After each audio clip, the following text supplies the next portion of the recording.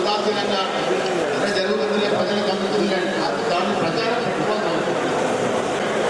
కేసీఆర్ గారు శాంపిల్ సర్కార్ నడిపారు. దుడ్డు బియ్యం ఇచ్చినట్టు స్మగ్లింగ్ గురైంది.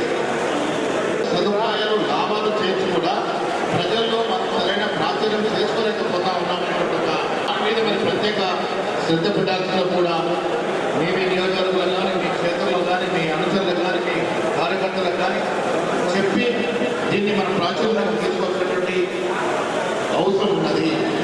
సన్నబియ్యం అనేది చరిత్రాత్మక, ఏ దేశంలో ఇలాంటి సన్నబియ్యం రాలేదు.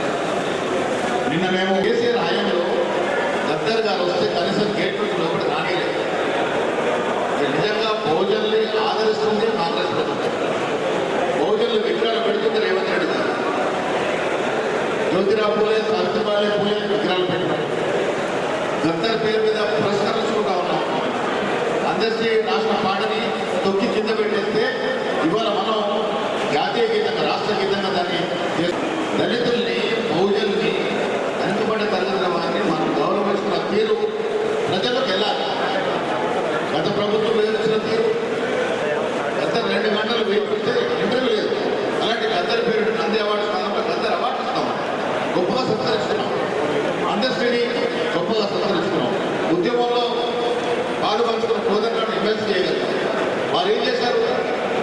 ఎన్నో ఉద్యోగాలు ఇస్తున్నారు. బిడ్డకు, అల్లుడికి, మేనల్లుడికి, సండకొడుకుడికి, కొడుక్కి అలాంటి ఉద్యోగాలు ఇస్తున్నారు తప్ప ఎస్సీ, బీసీ మైనారిటీ ఉద్యోగాలు అందరికీ మాట్లాడే అవకాశం రాదు. ఎవరు మాట్లాడినా నేను చెప్పిన సమాచారం ఇవ్వాలి. నేను చెప్పిన విషయాలే మాట్లాడుతుందో కోరుతాం. అధ్యక్షులు జయశంకర్ గారికి, మంత్రి సీతక్క గారికి, మన పార్లమెంట్ సభ్యులు షెట్కర్ సార్ గారికి, పెద్దలు మన పథకాలన్నీ చెప్పేసి కూడా ప్రతి నియోజకవర్గంలో గ్రామాల ప్రజల్లోకి వెళ్ళేటట్టు మన కార్యకర్తలు, మన నాయకులు పార్టీ పట్ల